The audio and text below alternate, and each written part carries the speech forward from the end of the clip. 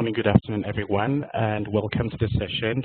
I'll quickly hand you over to Jeanette Moritz, who is the head of the Learning and Development Unit. Thank you. Over to you, Jeanette.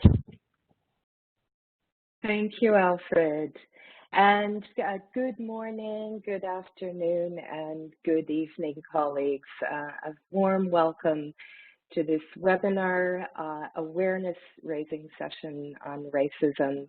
And we're delighted to see so many colleagues who from across the OCHA field offices, the HQ divisions and branches, with many thanks for joining us today on this important topic of racism. I'm also very pleased to welcome our USG, Mark Lowcock, who is also here with us today and will join for the session, and he will make some opening remarks to start us off.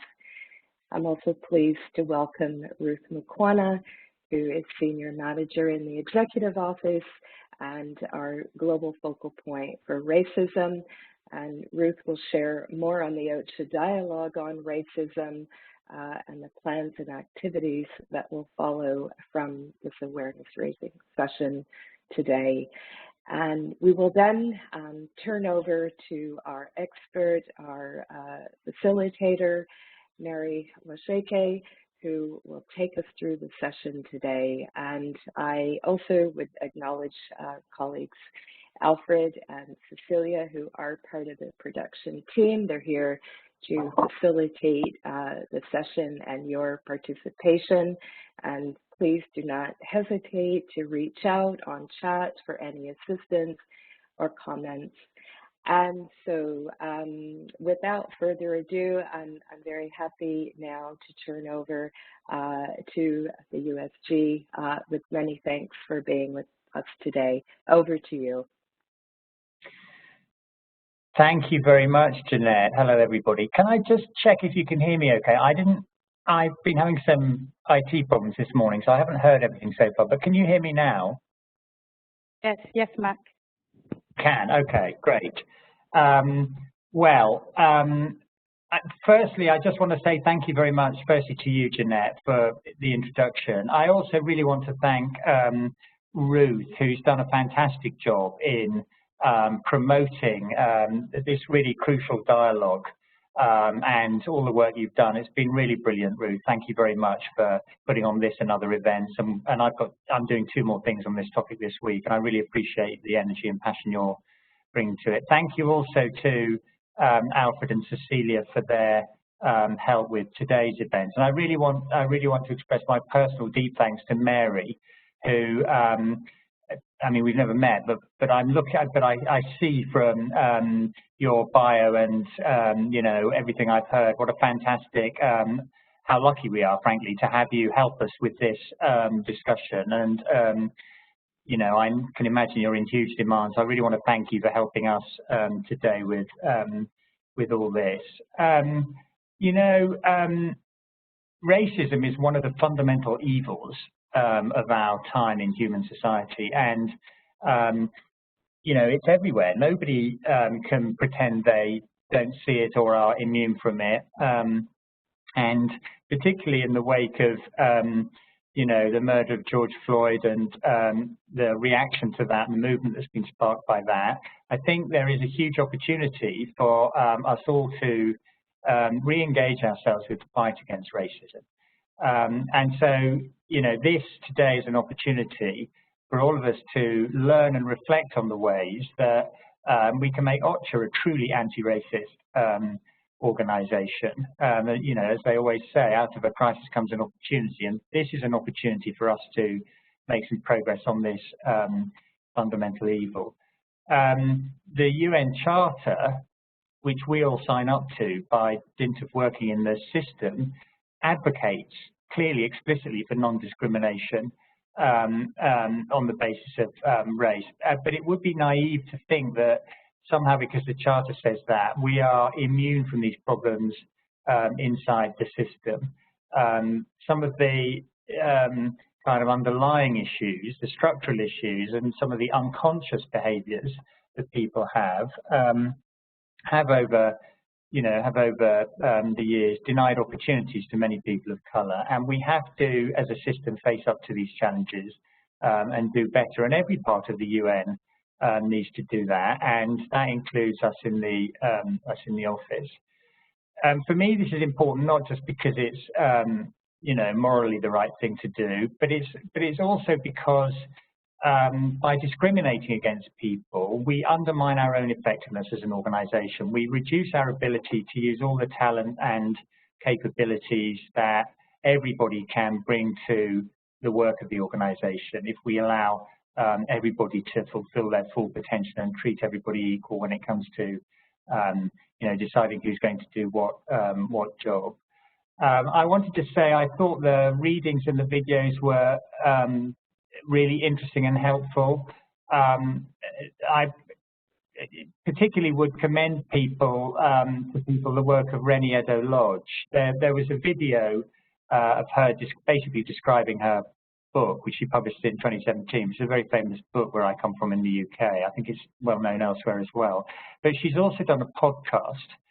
In 2018, she did a really interesting, revealing podcast. And in the podcast, she talks about, or has people on to talk about how these issues apply in humanitarian settings. So I would really encourage you to listen to her podcast, which gives us more insights into some of the things that may be relevant for us. The last thing I want to say by way of introduction is we should be confident that we can change things and make progress on this issue. When I was born in the country where I was born in the UK, it wasn't a crime for a man to rape his wife. It was a crime for two consenting adults of the same gender to have a homosexual relationship. And if I say that that's what the country used to be like to my own children now, they're flabbergasted. They cannot understand how it can have been like that in the past. And there are many, many problems still we face in the country I come from, but it is possible to make progress on lots of these problems. And by engaging and participating and understanding, we can absolutely make progress in fighting off the evil of racism. And today's event is an opportunity for all of us to learn something about how we can contribute to that. So thank you very much indeed. I'm looking forward to learning more from all the discussion.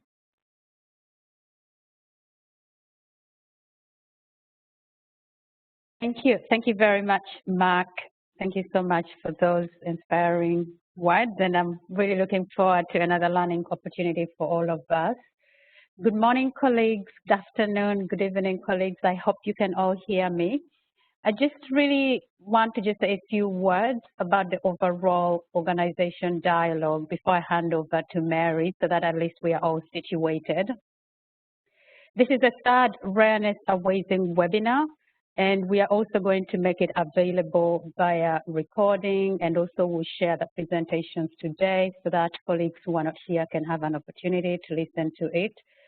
The overall organizational dialogue is being steered by the People Strategic Management Committee, chaired by the acting ASG Ramesh, and of course reporting to the top management team chaired by the USG. It does not replace any conversations going on across OCHA, and we are really, really hoping that this webinar itself is providing us already information and means for us to start having conversations in our teams on racism and how it manifests. The organization dialogue has three elements. One is the raising awareness and education. And here it is really important, and as Mark was saying earlier, that all of us have a basic understanding of racism, how it manifests in the workplace, and then that with that information, we can start to engage in the conversation and also addressing basically tackling racism in the organization. Mary, this is the last, Mary's last session. However, we are going to continue putting together webinars, bringing speakers from different parts of the world and experts to come and continue to speak to us about racism. We've also put up materials on the website. In fact, the podcast Mark has just mentioned is up on the OCHA website that is dedicated to addressing racism.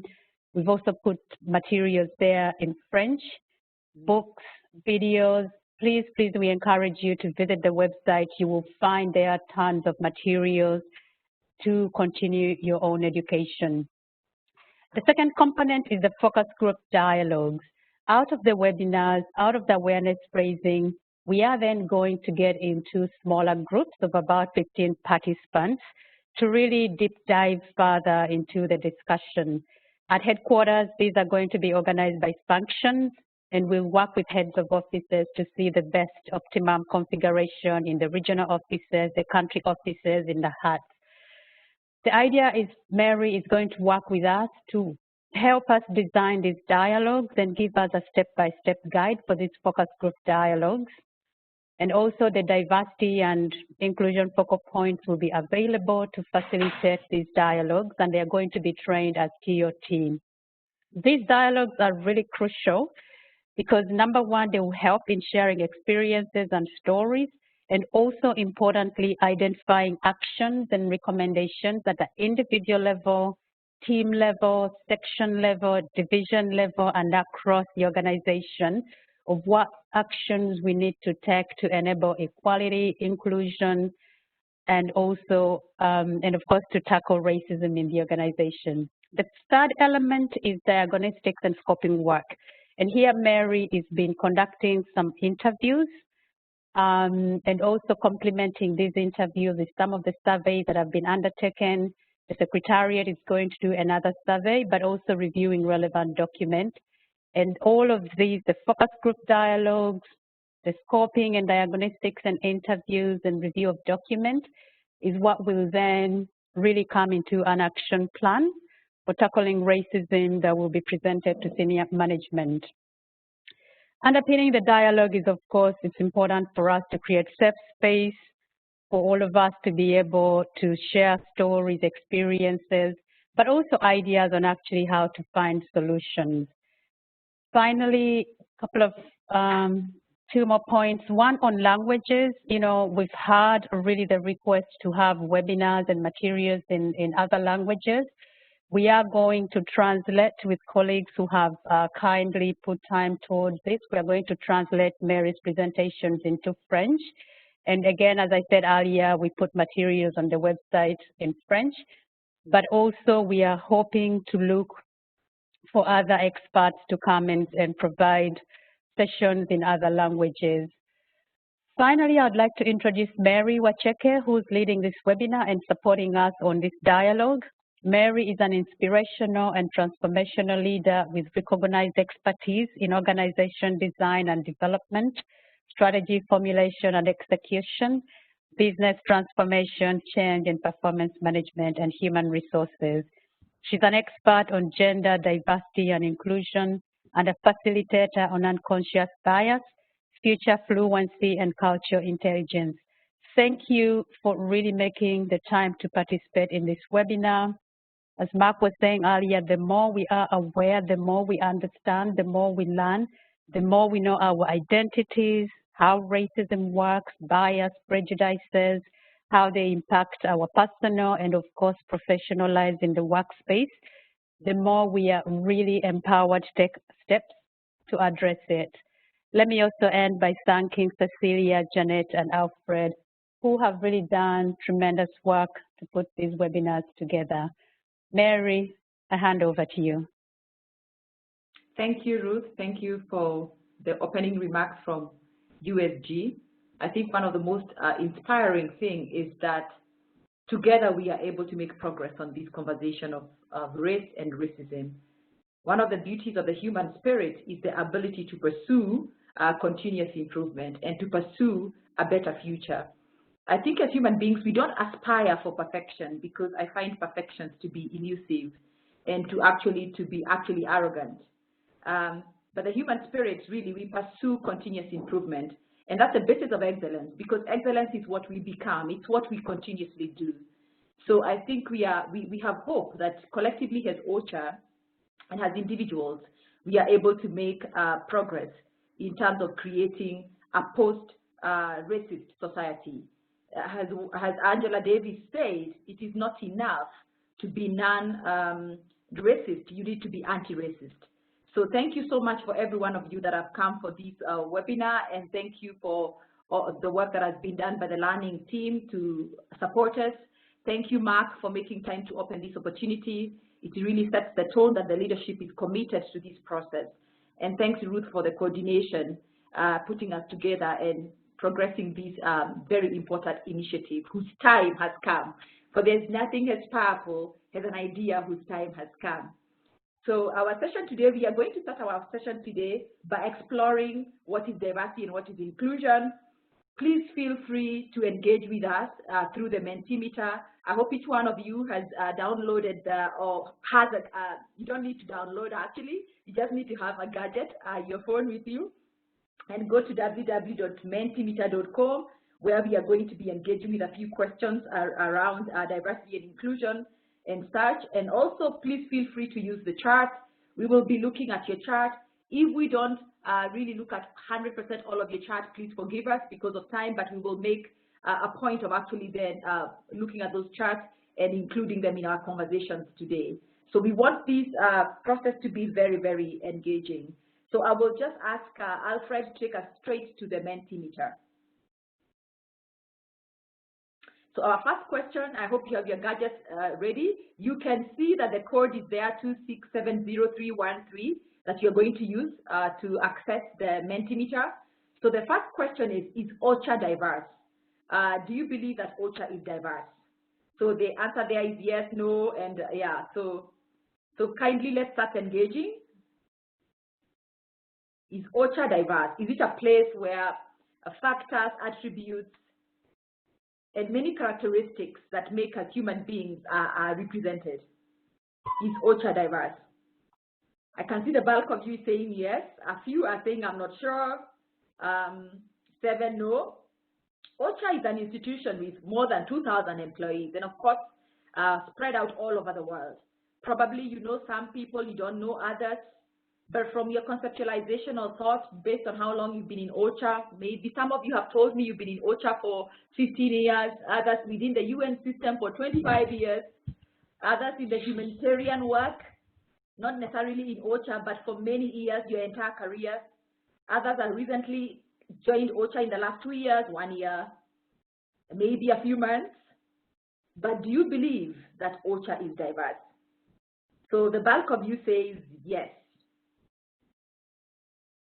Yes, I'm not sure, no, a percentage says no, and it is important to recognize that, yeah, there are those who are not sure, there are those who say no, it is not diverse. It would be interesting to see why they say no, and also why you say yes, and why you say not sure. I'm sure you have some reasons for this. So is OCHA diverse? Kindly engage with your Mentimeter. If you're not able to, feel free to put your comments in the chat also. We will be able to access them.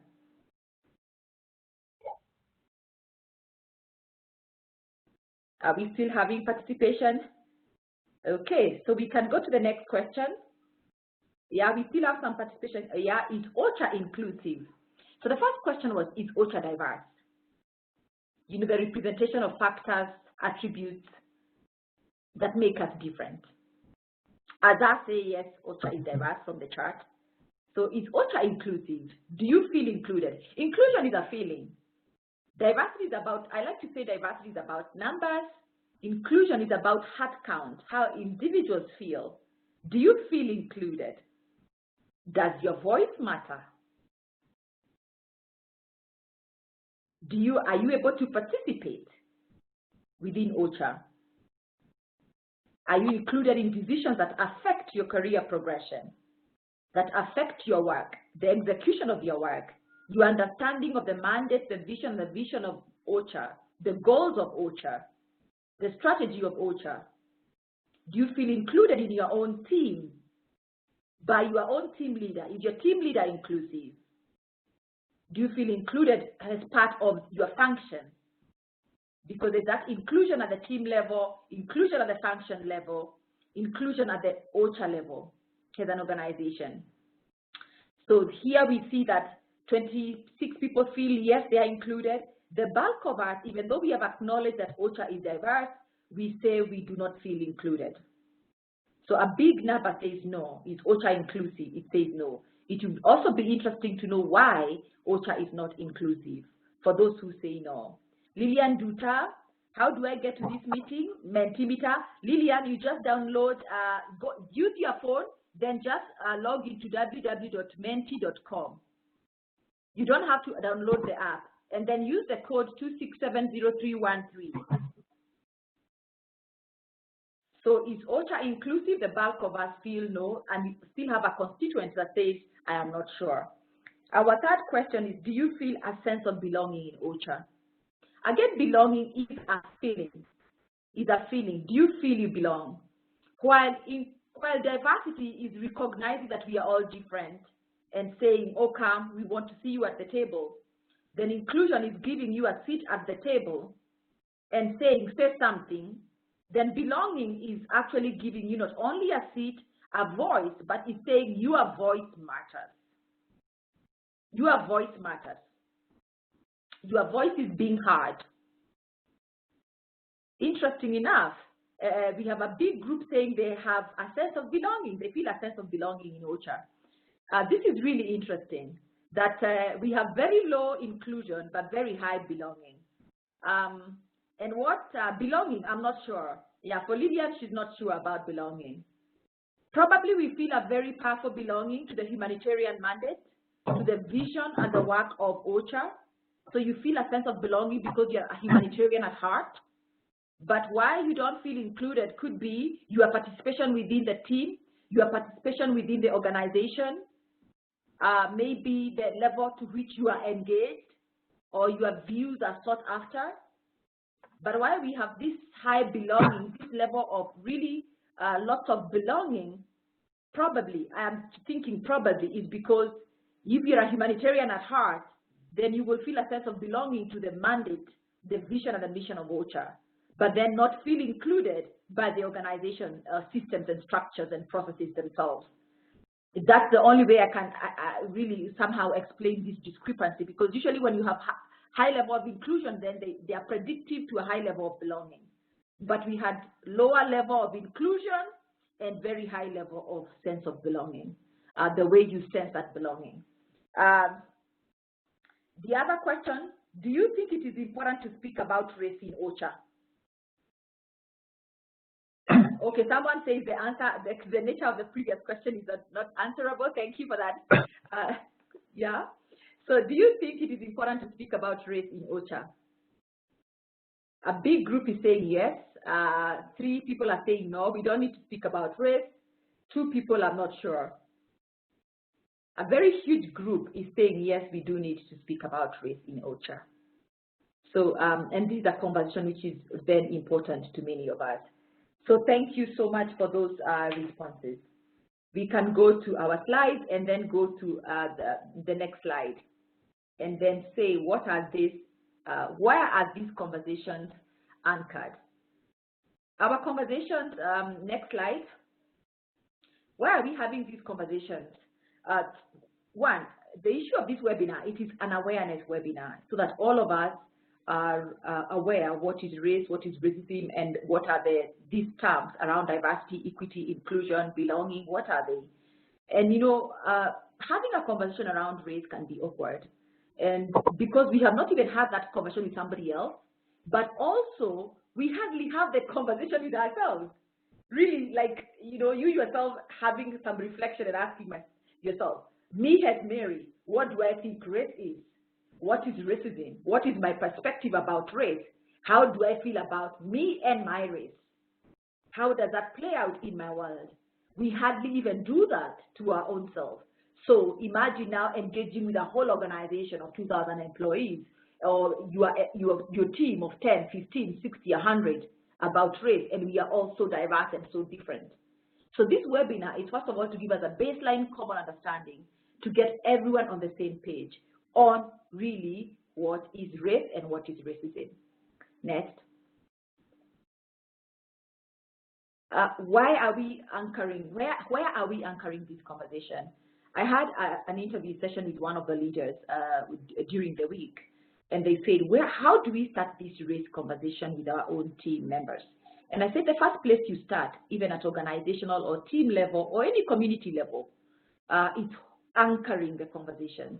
So our conversations are actually anchored within the very institution we work for. The Universal Declaration of Human Rights, things like UN mission and vision itself. UN has been a steward of all these things.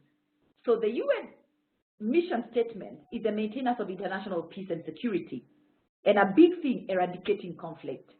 You know, the most interesting thing, I think, when the UN came into being after the Second World War, and there within the Second World War was an issue about race, where Hitler thought about this pure race.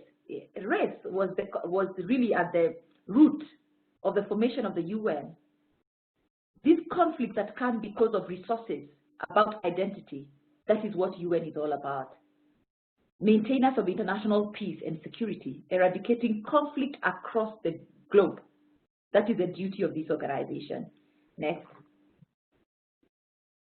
The UN vision statement itself talks about to strengthen human dignity and rights and to prevent violent conflict, uphold human rights. We know that there has been a lot of violation of human rights and human dignity and human value related to race and other diversity factors and social identifiers that make us different. Next. The UN core values, we can remind ourselves, they are integrity, professionalism, and respect for diversity, respect for differences, respect for factors, attributes, and characteristics that make us different, unique, and similar, respect for diversity, and respect for gender. Next. Then Universal Declaration of Human Rights. All human beings are born free and equal in dignity and rights. A very powerful statement, but the evidence of it, is it there? No. We see that some human beings are not free. We are not equal in dignity and rights. Just looking around us, we can see that. And that's why the bulk of even organizations like UN and many others are working around dignity and rights. Article 2 says everyone is entitled to all the rights and freedoms set forth in this declaration, without distinction of any kind, such as race, color, sex, language, religion, political or other opinion, national or social origin, property, birth, or other status, because these status keep expanding.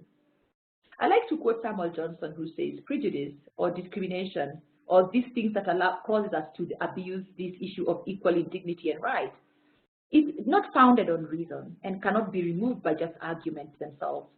Then we do need, if they were to be removed by arguments, then of course the laws and the legislations we have would be enough.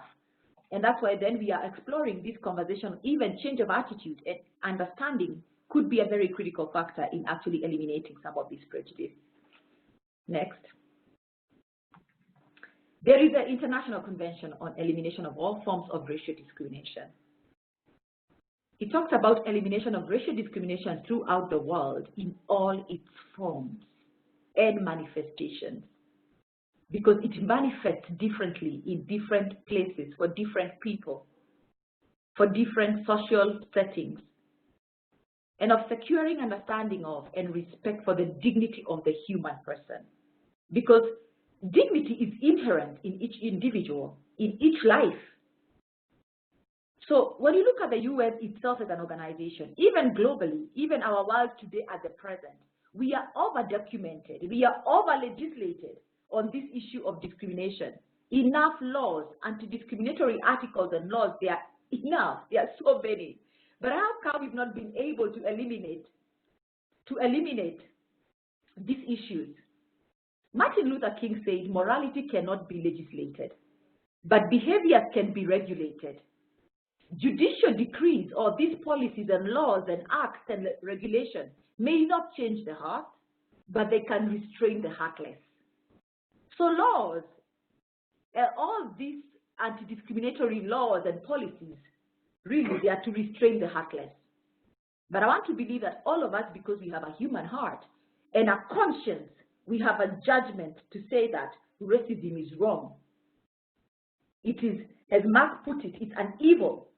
It's a fundamental evil in our society. You can legislate behavior, but you cannot legislate morality, because morality is about intentions and conscience. And I tend to say that what separates us fundamentally from animals in the animal kingdom to which we belong is our power of conscience. I gave an example. I like to give an example whereby we say, look at the lion, the king of the jungle. They will not wake up one morning and say, oh, I will not eat this little gazelle. My conscience does not allow me to eat a little gazelle. I should look for a huge one which is of my size and pick someone of your own age, status, and strength. No, the lion won't say that.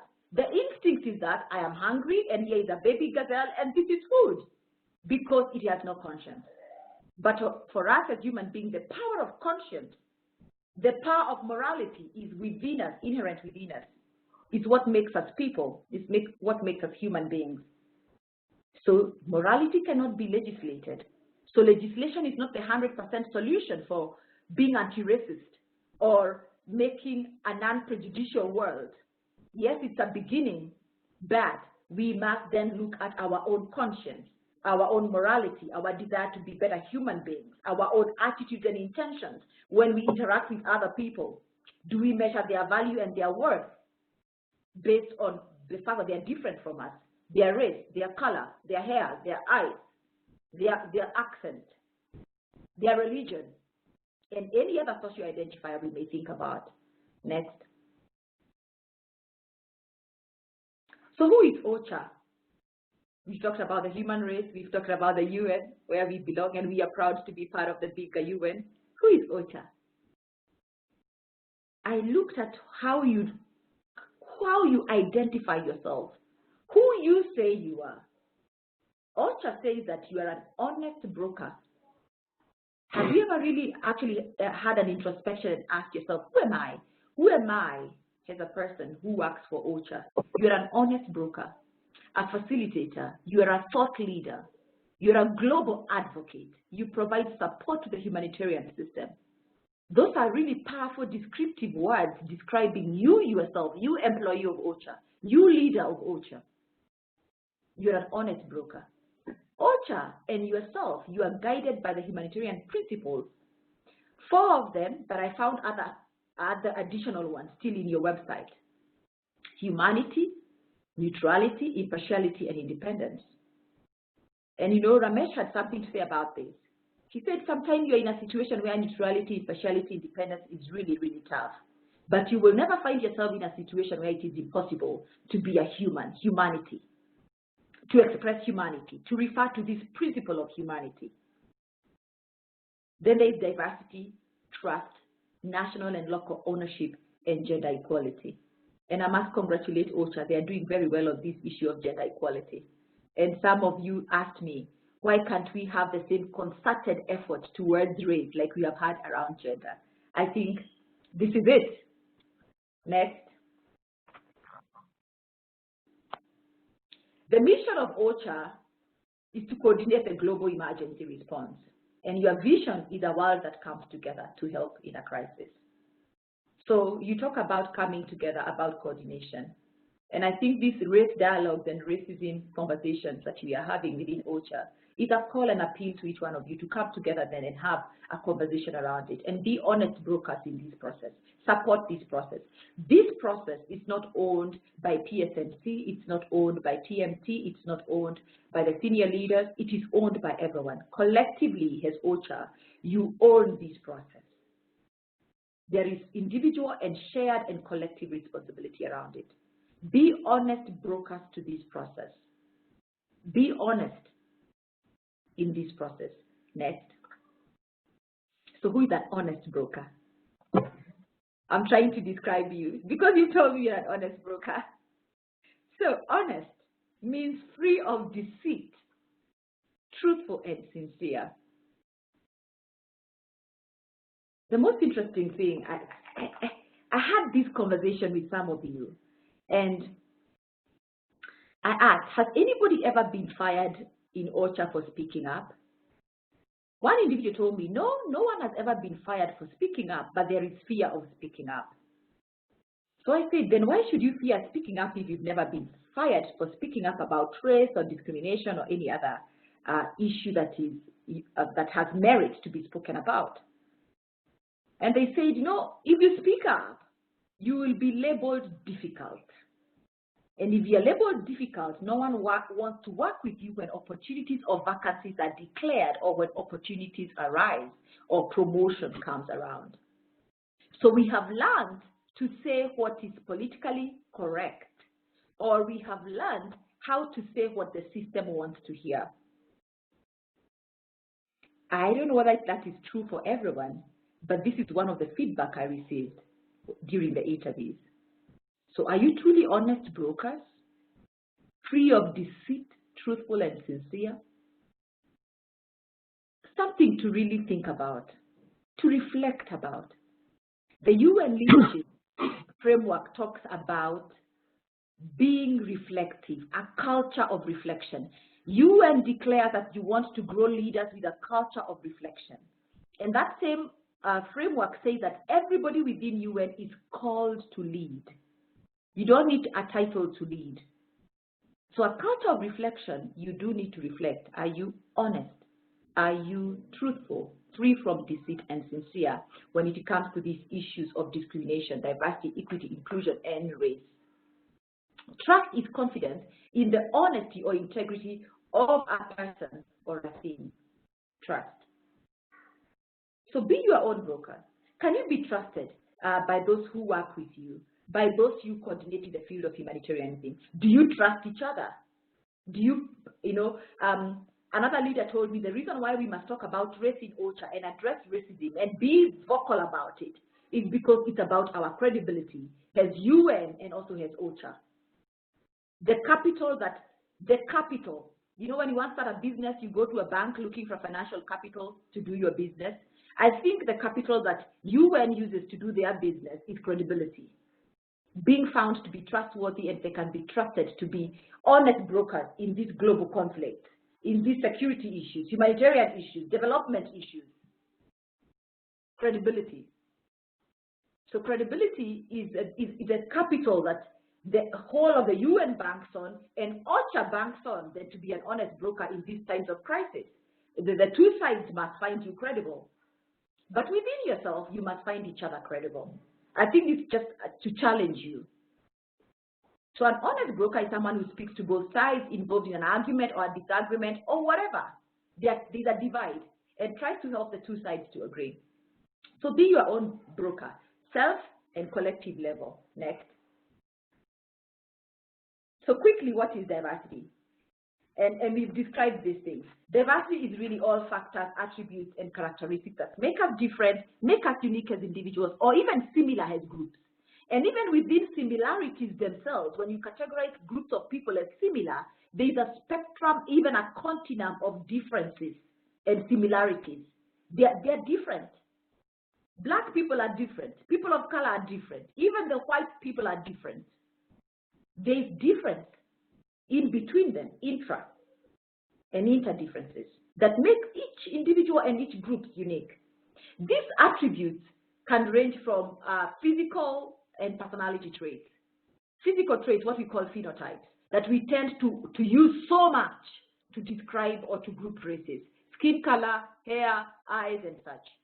Personality traits, introverted, extroverted, sanguine, choleric, and all these other personality assessment tests you may use to know what kind of a person you are, a thinking person, a sensing person, a judging person, intuitive person, all this. Others are social factors, social identifiers, which are so many, from race to age to gender, religion, culture, marital status, demographics, all this. Economic factors that classify us into low income, high income, middle class, lower middle class, upper middle class, all those classes. Geopolitical factors, regionalization, political ideologies, all those are characteristics that make us different. Cognitive factors, how we seek, associate, relate information, and make decisions. Skills, competencies, qualifications, all these are cognitive factors. Even neurodiversity factors, the way our brain supports learning and supports processing of information. So if somebody is autistic, that does not make them less, or it's not really a disability. It's that they process information differently. They have their own unique way of supporting learning. And any other factor that shape our identities, because these factors shape our identities. Next. Mary, Yeah. just a time check. You have a little over 5 minutes. Less than 5 minutes. Thank you, before we go to unconscious bias. Thanks. Great. So, in terms of diversity, 3 things you must remember is that all these factors and attributes that make us different, they are so expansive, they are unlimited, they are infinite, there are so many. And I like to say that as choices and freedoms continue to expand with every generation, there will be more factors that make us different or similar because of the power of choice, the power of freedom. And every generation then has the responsibility to define for themselves what is a just, fair, and equal society based on these factors. Number 2 is that these factors are neutral and amoral. Neutral, they are not positive or negative. Neither are they good or bad. But of course, as human beings, we have made them to be. So we talk about the black continent, the dark continent, because darkness is associated with evil and with the devil. There was one time there was an advert with an organization that says of United Colors of Benetton. They had entered the Kenyan market and they left. They had an advert which they say that we make clothes for white angels and little black devils. So the issue of placing morality on skin color, they are not merit factors. They should not be used as merit basis to allow an individual access to a resource, a right, or an opportunity. But we know we have made them to be merit factors. Next. And because of this, then we have issues of exclusion. What is inclusion? Inclusion is invitation to the table so that you can be able to effectively and optimally transact your life, to contribute in meaningful ways in life because you are included. You have access. You can contribute in a meaningful and worthwhile way. You have not only a seat at the table, you have a voice, and that voice is heard. Next. Equity and equality. We tend to confuse these two. Equality is a state of being equal, as perceived and postulated in the Declaration of Human Rights and Convention of Elimination of all these forms of racial discrimination. But indeed, the issue of equality is that we know we've not been equal before law and equal before so many other institutions. So it has brought disadvantage. And because of this disadvantage to some groups or individuals, then there is need for equity. Equity takes into consideration the fact that social identifiers have been used to deny equality to some people and some individuals. Next. So really, the lack of equality then creates inequality. And we find ourselves in what we call the wicked social problems. They are wicked social problems. These problems are so wicked because there are many diverse factors and variables playing into them. They are interrelated, intersectionality. They are complex. They have causal relationships that complicate each other. That's why it is difficult to separate the issues of gender and race, social class, religion, and others. They play together to create unique experiences and barriers to individuals and to people, creating poverty, climate change, lack of homelessness, lack of access, health problems. The COVID-19 situation just shows us how complex these social issues are. They are wicked. Because the moment you think you know what makes it tick, it stacks. Then it talks. It talks. You can never really arrest them, but that does not mean we don't solve them. I ask some of you, does it mean that we remain silent because of race, because you find race and racism very emotive and it's a difficult subject to talk about? Does it mean that OCHA should not talk about it? And many of you told me, no, silence is not the answer. So just because these problems are complex does not mean that then we do not respond to them. Next. So equity. I think that picture there is self-explanatory. That those people who are privileged and advantaged, they continue to be advantaged. And those who are disadvantaged, in reality, continue to be disadvantaged. There are so many barriers to them. And therefore, because of that, then we talk about equality. Let's put all of them at the same level. But the disadvantage has been so great, even if we gave all of you the same access to resource, those who've been disadvantaged for so many years, from history of slavery, colonialism, and whatever, imperialism, and many other factors, ethnicity, caste system, religion, they will never be able to have access. So then we have issue of equity, creating a context-based support and mechanisms to help those who've been disadvantaged. So we create equity so that you have access. But then we look towards a future where there are no barriers. And I think that's where hope and faith in humanity comes in. Next. So in the workplace then, equity, how does equity look like in the workplace? Is the ability to have access to information, to support, to tools and opportunities that will help you grow and advance in your career even as organization grows. But of course, using transparent processes. And many of you had a lot to say about this. Next. Belonging. I asked whether you feel a sense of belonging in OCHA, and many of you said you feel a sense of belonging. When you talk about belonging, the power of belonging, which goes beyond just inclusion, is whereby you feel a sense of common shared destiny, a common shared vision, a shared narrative, a shared future, as a group, as a team, as a community. You say that I am because we are because I am. The Ubuntu philosophy, that is what we talk about, a sense of belonging. Next. So to summarize this, diversity is about head count. Inclusion is about heart count. Equity is about giving a helping hand to overcome barriers that have kept you from accessing equality. So where these three come together, there's a sweet spot which we call belonging. So if you have diversity and you have inclusion, but there is no equity, what happens? You know, you have no equity at all. So there is no fairness and there is no support because there is no equity. When you have inclusion and you have equity, but you deny diversity, then you are homogeneous and you lack the ability to leverage diversity or to recognize that differences are advantageous and that you can be stronger in your differences. With diversity and equity, but you have no inclusion, because inclusion is about the heart and how people feel, then people are emotionally disengaged. You are not connected, because inclusion is about connection. So we need to bring diversity, inclusion, and equity together, and when they work together, there is a sense of belonging. Belonging is an invitation to come, to do, that is to participate, and for you yourself to become, because you become part of that identity, of that institution, or that community, and that identity causes you to become. Next. This is an inclusion journey that I designed. It's a model that I put together to say, how do we mature in our levels of inclusion? And I came up with 3 C's and 3 E's. You are invited to come in. So enter, physical presence or social presence, whether it's an invitation to join an online group. Then you connect. You connect with people emotionally, therefore you become embraced. Then you start to contribute to that community or that society. Intellectually and physically, you become engaged with your community. Then together you start forming a collective identity.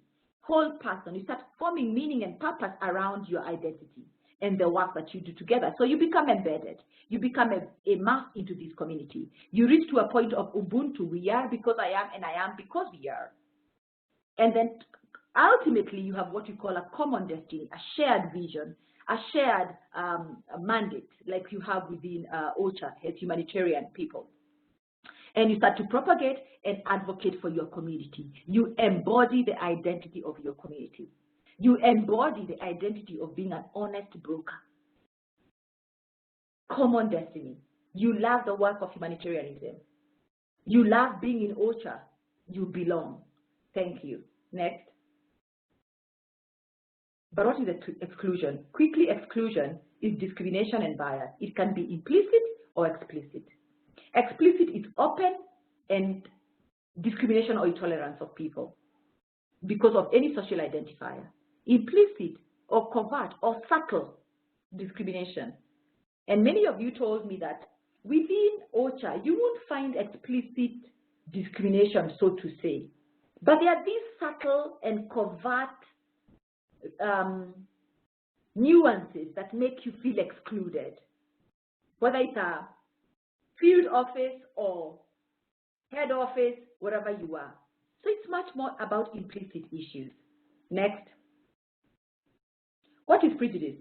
That is judging people, using preconceived opinion that is not based on reason or actual experience. You deny them justice and fair treatment because of you have prejudged them. You don't have facts and basis to do that. Discrimination, the denial of justice and fair treatment to an individual, by another individual, or by an institution. Next.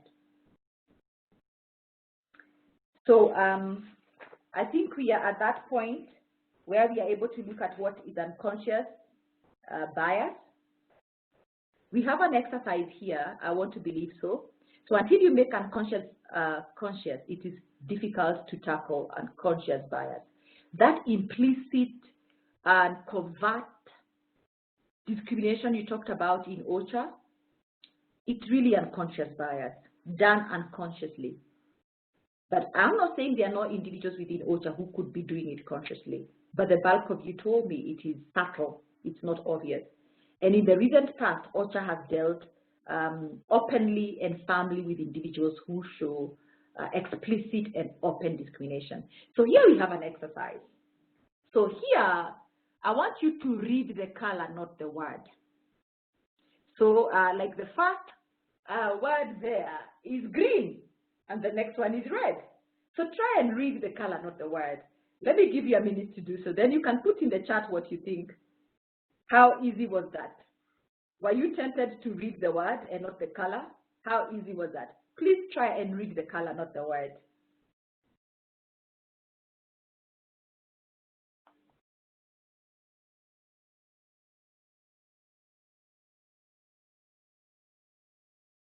Put in the chat how you find that.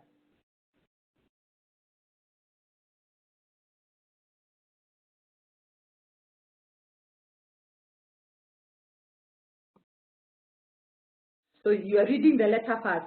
You're reading the word. It's definitely hard. Paolo is saying it's definitely very hard. Someone is, for Simon it's easy. Interesting. Very hard for Mohammed. Mary says it takes time, but you can read it. The tendency is to go back to reading the word, not the color. It's easy to read the word, not the color. Yes. Next. So really, what we are saying is it's unconscious bias because we are conditioned to read the words and not the color. So your brain keeps defaulting back to how you are conditioned. So you're conditioned maybe to judge people based on their skin color, based on where they come from or their accent or their gender. You know, we've been conditioned to be prejudicial based on social identifiers, to make judgment about people because of the categories of groups they belong to or how we identify them. So human interactions are really based on first impressions. You know, it takes milliseconds to form a first impression. This is what we call social sifting, quickly forming an opinion about the worth and the value of a person. And it is not even the real worth or value of this person. It is their value and worth to you, according to you. Social sifting. And really, usually we look at three things when you're making this first impression. The issue of egos, our egos come into play. It's an issue of trust, power, and capability. Can I trust this person? Quickly, in a millisecond, you're actually deciding. Your brain has shortcuts and very quick shortcuts to answer these three questions. Can I trust this person? Is this person powerful? Do they hold power over me or do I hold power over them? And especially on a resource or something I want, then are they capable of making judgment whether they can give it to me or not, or denying me or creating a barrier for me? Can I manipulate them or not? Can we engage? Can I trust them? Very quickly, milliseconds. You frame people, you measure them up. You are always measuring people up. So sometimes you are impressed, sometimes not impressed, based on the skin color or based on on language, based on so many things and other factors, including whether you went to a similar school or not. So, and this way, this millisecond social shifting translates into what we call stereotyping of individuals. Next. So what are stereotypes? These stereotypes are automatic association of certain factors with certain groups of people. So somebody told me, oh, we find black people very tough. That's why maybe probably they are sent into the deep field to work there. And we don't send other people into the deep field. Or we find individuals who speak fluent English to be more competent. Those who struggle, like our brothers from Francophone countries or other countries who are non-English speakers, then it's difficult for them to get promoted. These are some of the things that were coming across during the interview, stereotypes. Or generally, we find black people, they're very good technically, or even Asian people are very good technically, they are amazing in STEM, so they're very good technical people. But we don't find them competent to become leaders, to make decisions, or to go to head office, or to be based in Geneva, or to be based in New York. These are some of the stereotypes that some of you brought out during these interview sessions. Stereotype, a blanket belief and expectation about members of a certain group. This is what we believe about national staff. This is what we believe about people from Middle East. A blanket stereotype, oh, are they terrorists? Or black people, are they competent? Or you have an accent. You know, we oversimplify the way we judge, oversimplified opinions, prejudiced attitude, and uncritical judgment about other people. And usually these stereotypes tend to go, they're usually negative. Of course, we have got positive stereotypes, but all of them have got their own challenges. You know, like assuming because I'm a Kenyan, I run. I'm a marathoner. I don't run, I walk. The guys who run in Kenya come from the certain region and they've been running for long. All of us are not marathoners. Or what we call the model minority myth, especially towards Asian people, that all of them are amazing in sciences and in maths, engineering. And you put so much pressure on an Asian child. A teacher puts pressure on an Asian child. You know, you are Asian. Why are you not getting an A in physics and an A in maths? You are letting the Asian society down. Model minority myths that tend to really create undue pressure on individuals. Next. So we say the eyes can only see what the mind is prepared to comprehend. So what is your mind prepared to comprehend about race? How are you conditioned? The unconscious bias. Next. So we conceptualize our world from who we feel we are, and then what the society says we are, and then when information comes to us, external stimulation through our 5 common senses, based on who we say we are, what the society tells us we are, and the issue that is coming to us, then we form a worldview. So I'm told I'm a black African girl born in Kenya. And I'm told maybe a woman is not good in sciences, you should do social subjects, and you are good in nurturing. Therefore, when you were growing up, you used to be told you should become a teacher, a nurse, or a secretary, but you don't aspire to become an engineer, for example. And the society reinforces that. So when a teacher is asking a science question, he will ask the boys and not ask me, even though my hand is up. So the society continues to reinforce those stereotypes to me. So the time when I'll be offered an opportunity to pursue a science, I'll say I can't. Not because I have empirical evidence that I can't, but because my self-perception, the society reinforcement tells me so. And I internalize those stereotypes. So people of color, black people, white people, they've all internalized various stereotypes.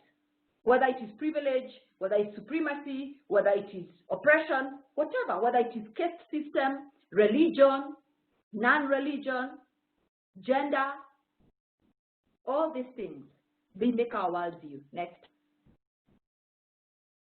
So what is our worldview? It is our meaning and sense-making process that we hold within us. It's a system or a model or a pattern of interpreting information coming to us. So even when I was doing the interviews for some of the individuals within OCHA, using their worldview, they are making sense and meaning out of what they see in OCHA. So some say there is racism in OCHA, others say there is no racism, it's structural barriers, it's challenges of career mobility, but I will not call it racism. Others say it's only issues of gender and diversity, but race, no. So yeah, using your own system of meaning and sense making. This system has filters and ways of categorizing, associating millions of bits of information coming to us. You can imagine every single day you receive billions of bits of information coming to your cognitive mind. And your mind cannot consciously process all this in a go. Therefore, it also creates shortcuts and systems of filtering and categorizing this information. And using stereotypes, then you categorize this information. Oh, this is an Arab guy coming, or he's dressed this way, covered that way. Oh, I need to check him twice, thrice, 4 times because he must be a terrorist. Or this is a person of color, this is an Asian who has just entered into our organization. We should post them in the IT department. They must be good in IT. Or this is a black person. If I tell them they are not performing, they will remove the red card and take me to the ombudsman and tell me that I'm being racist. Or whatever. Or this is a white person, they will come with a white privilege and talk down on me. I've made an assumption even before they open their mouth to talk. So these filters, it becomes our mind map. And this is the way we also conceptualize our own identity, by the things that we internalize. And every single day, every interaction between you and another human being, you are either reinforcing those stereotypes or questioning those stereotypes. And I would urge you to question them more than internalize them. Next. So world maps, we have all these multiple maps. So every encounter is an encounter of dissimilar maps because all of us have various maps. So even when we call you to have these race dialogues, we are all coming with dissimilar maps around race. And we are trying to minimize this dissimilarity even through a webinar like this by saying, what is the shared knowledge about race and racism?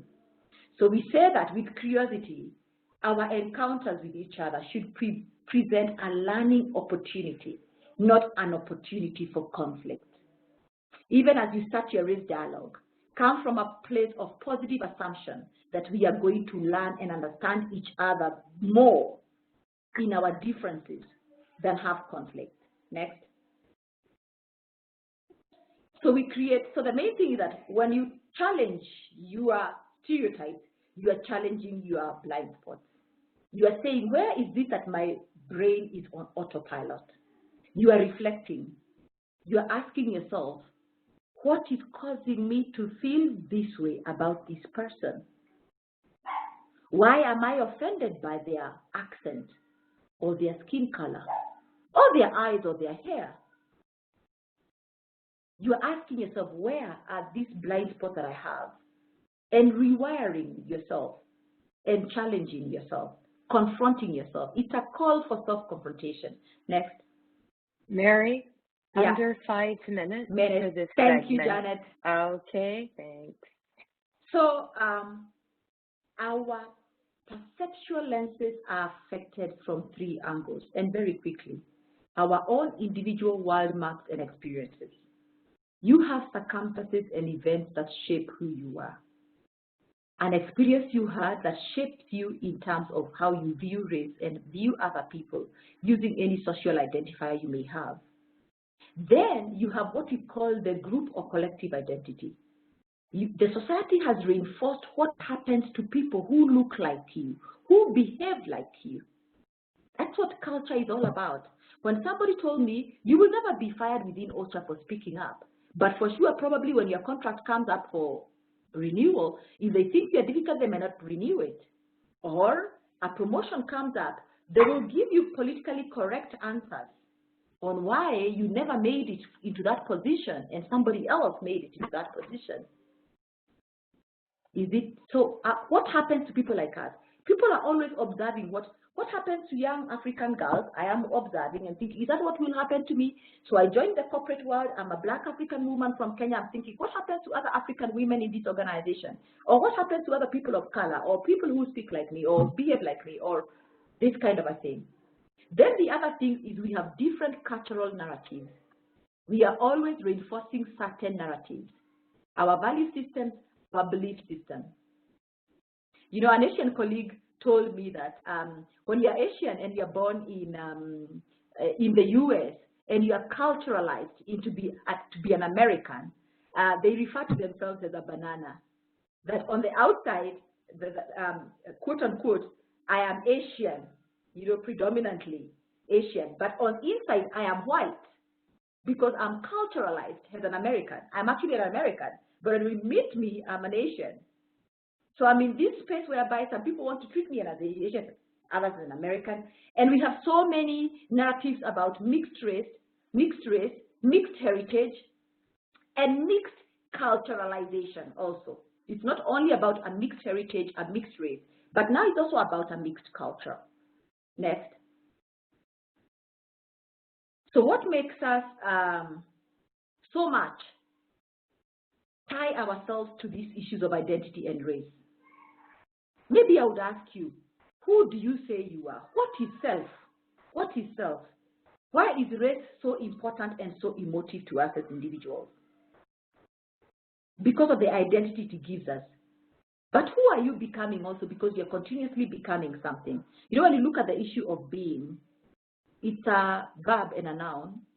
When it's a verb be, then present continuous tense of that word be is being. And I think this is where hope lies, that we can become anti-racist. You don't have to stay who you are. We can become anti-racist. We can form new perspectives around race. Because self is always in transition and in a constant flux. Because self is also a thought and a substance. Substance, the noun. Thought, becoming the being. You become what you repeatedly do, but you also become your thoughts. Because of course our thoughts frame our world, then after framing our world, we go and act and do. So it's really, this session is to change our thoughts around race and become anti-racist. Next. So our identity as individuals include our personal characteristics, our history, our personality, our name, and any other characteristics we have acquired along the way. So we are born without identity. That's what you need to remember. You are born with genetic information, yes, and genetic coding. But you are given identity. You're a girl, you're a boy, and your name is, somebody gives you a name. And our religion is, and our country is, and then as you grow up, apart from the identities that are thrust at you by society, or some that you need to acquire so that you can assimilate and belong, like taking an education, for example, you know, affiliated to a certain religion or a certain organization, professional groups, then there are identities you aspire to. You aspire to certain forms of identity, probably a certain social class. So when you're dealing with people, just remember you're dealing with people who are a collection of identities. And these identities affect us how we think and how we behave. And sometimes we are not very logical. So when you're dealing with people, you're not dealing always with creatures of logic, but with creatures of prejudice, motivated by pride and vanity, as we aspire for other identities that may give us better access or better status. So we are competing for these identities. When I ask staff, why do you want that position? It's because you want to serve more or you want that promotion more. Sometimes we are just competing for more money, more power, more social class, more economic status. Are we competing to do better or to serve better or to become better humanitarians? Maybe a question to think about. Next. So human beings, when you meet a human being, what you see is only 10%. Because you can't see their beliefs, their value system, and the complexities of all these identities that make them, their aspirations, their frustrations, their disappointments, their filters, and how they see the world. So you just see the human body, but you're a body, soul, and spirit. The body that gives you the sense of the world, that's what we see. But the soul that gives you the sense of self, self-worth, the value you place on yourself, esteem, the respect and the regard you have for yourself, image, the mental images you hold about you and people who look like you. We don't see that. And that's where inclusion is, at the level of sense of self. Because it's a feeling, emotion, our soul, our emotion, our will, our sense of purpose and meaning. We don't see that unless you interact with an individual more so that you can get to know them more. And I hope during this race dialogue, that will be your aim, to know somebody better. The 90% you don't see, the iceberg inside the water. Diversity is about numbers. It's about what you see. The number of body count, and you can head count, you can count that are different seated at the table. But inclusion, which is inside, you don't see. And that is what then you have to talk about. So communication, belief, attitude, perception, culture, social norms that we have internalized. That is what makes inclusion and belonging. That is how it talks about connecting and knowing somebody who they are before you can judge them based on the 10% you can see and the entire 90% you ignore it. Next. So when you're actually encountering an individual, you're encountering 10%. But the 90% is a complex process of interpretation, meaning-making process this individual is making as you are talking to them, as you're listening to them. Dialogues then give us an opportunity to explore what is below the tip of the iceberg, to understand these many dissimilar maps and glasses and worldviews that we bring to OCHA. That is what we are seeking to do with this race dialogue. It is not a magic bullet that will make racism go away overnight, but sure, it's an effort that is worth it if we can understand each other better, change our attitudes, and stop judging people or treating people on the basis of their race. Next. So when two people meet together, it's like two icebergs meeting. And you can see that picture. And Van Gogh said, Vincent Van Gogh said, I wish they would only take me as I am. I think that's what every iceberg is asking. If we, look, just put yourself is it in the shoes or in the cold of that iceberg? Or in the sea with that iceberg? The sea of humanity. Are we not all saying that? I wish you could take me as I am? All of us. Isn't it what we are all aspiring and crying out for? To be taken as we are? Keep this picture in mind when you're interacting with people every single day and saying, how can I create a better experience for this individual? How can I make them experience me better by taking them as they are? By coming from a place of positive assumption. Next. So here is where we pause and look at our charts. Say anything coming from the chat, Janet, Alfred, Cecilia, any comments you'd like us to look into? Any thoughts? Thank you, Mary. So it looks like we do not have any questions. Yeah. I think we are good to move on. And okay, colleagues, please do use the chat if you have any questions or comments to make, and we'll find another moment to have an exchange. So Mary, over to you. Okay. Probably we can do that icebreaker of looking at the face. Just a slide, yes. Look at this face. What do you see when you look at this face? How many faces are in that face? That one photo. Look at it. How many faces can you see? Chams sees 3. Chams Mane. Anarita 4. Biruk. Remy 5. How many can you see? Anarita many. Give me a number. Mohammed 3. Anna Garcia 4. Rorin 6. Okay, Cham is back with. Okay. Sarah 4. Masi 4. Catherine 5. Mahesh 5.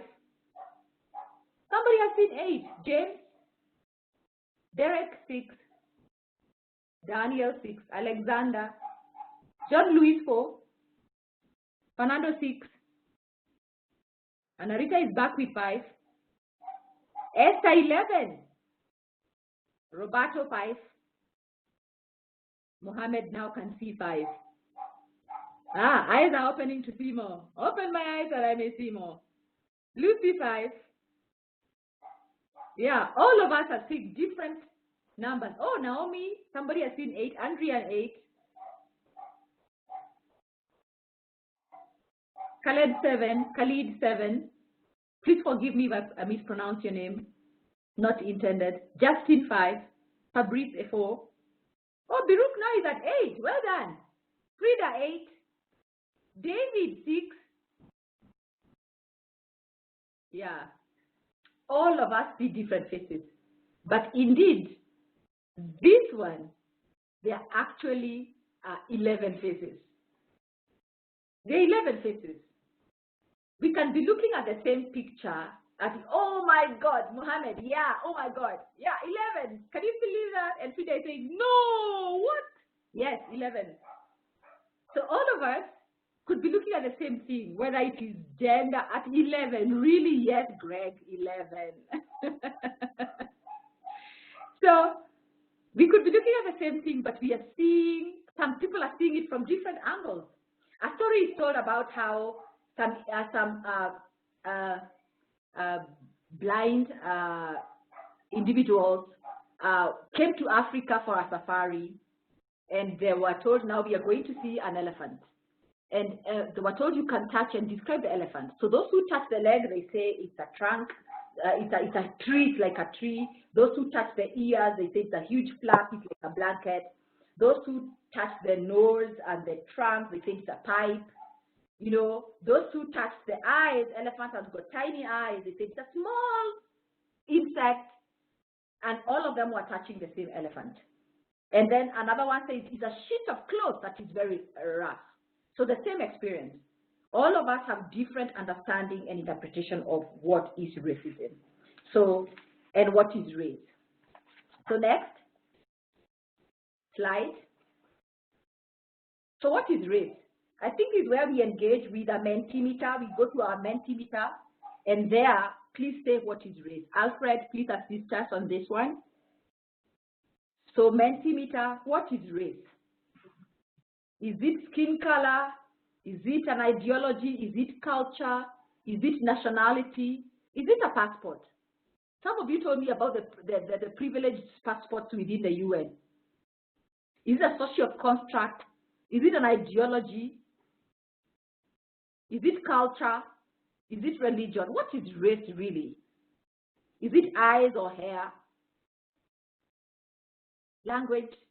Could be language. What is race? Social construct, biological makeup, and genetic. Most of you are telling me it's genetic. 29% now saying it's genetic, 34% saying it's a social construct. Oh, my genetic is going up so quickly. Ideology, 5%. What is race? Is it Democrats or Republicans? Is it a political ideology, religious ideology? Is it a philosophy? Is it culture? Is it white culture, Asian culture, African culture? Mixed culture, Asia-Pacific culture, Mexican culture. What is race? Is it skin color? The bulk of us are saying that it is a biological makeup and it's genetic. Then followed by socio-construct, 33%, 35% biological, 5% ideology, and then culture, 12%, skin color, 15%. Okay. We can go to the next question. How does racism manifest? Please indicate with one word only. How does racism manifest? How is your lived experience around racism, whether it is you living it or you observing it? How did it manifest? Please put your words there. Bias, exclusion, discrimination, anger, insult, hate, intolerance, inequality, rejection. Insult, again, discrimination is the biggest. Inequality, intolerance, prejudice, dominance, favoritism, marginalization, superiority, stereotypes. It manifests as culture, unfairness, violence, otherness, othering. You want to say other people. There is us and there are others. Discrimination and exclusion is the biggest. Superiority. How does it manifest? Prejudice, hindrances, unfairness, deprivation of opportunities, fear, ignorance. These are all manifestations of racism. The various faces of racism. There are so many faces to racism. But the largest is discrimination, violence, exclusion, superiority, hatred, inequality, hate, prejudice. Ignorance is a form of racism. you are ignorant about people. So somebody asks you, oh, you come from Nairobi. Nairobi is in Nigeria, or is Kenya in South Africa? Is South Africa African? Or you come from a certain place in the Middle East. So do you all believe in ABCD? You know, that form of ignorance, microaggression. This is the way racism is. Disrespect, domination, more words are coming, micro inequalities, power imbalance, quite a lot. So those are all ways that racism manifests. So what is racism? Many of us have said all these things, but we are going to ask, what is racism? Does it have any physical or biological meaning? Is it a social construct? Is it an ideology? What is it? Do we need it? Does it matter? Is it important? Next. So all of us conceptualize race differently, as we have been told from the two exercises from our Mentimeter. But what is the history of this issue about race? So race, categorization of human beings based on physical or social qualities. Originally, race was categorized based on common language, history, or traditions. Then we progressed into nationalities, national affiliations, and geographical regions. Because, of course, people tend to settle in certain areas, and therefore they're identified with their nationalities and geographical locations. Then in the 17th century, we began to identify race with what we call phenotypes of physical traits of color, eyes, shape of the nose, and things like hair. But today we know that race is nothing but a social construct. It's an identity assigned based on societal rules made by people. It is not intrinsic to human beings. You are not born with a dye inside your blood that identifies your race or a certain thing. But it's an identity constructed by society for groups of people. So why is it so important, and why does it matter, and why do we fight over it? Because racial identities, they predict how well you will do in life, how well you will fare in life. Next. So what are these societal rules? Really, mainly skin, hair, and eyes. We use them to categorize people into races. It's really a naive and a simplistic way to categorize human beings. And this system of categorization is reinforced, glorified, strengthened, and buttressed by socio-economic and political systems, built for and on dominance. Race would not matter if we do not talk about dominance. But dominance for what? Dominance for access to resources. Because resources are about survival and self-propagation. If you have no access to resources, then you would survive. You will not self-propagate. Therefore, we do need to capture resources. And to capture them, we do need to dominate those who are holding these resources.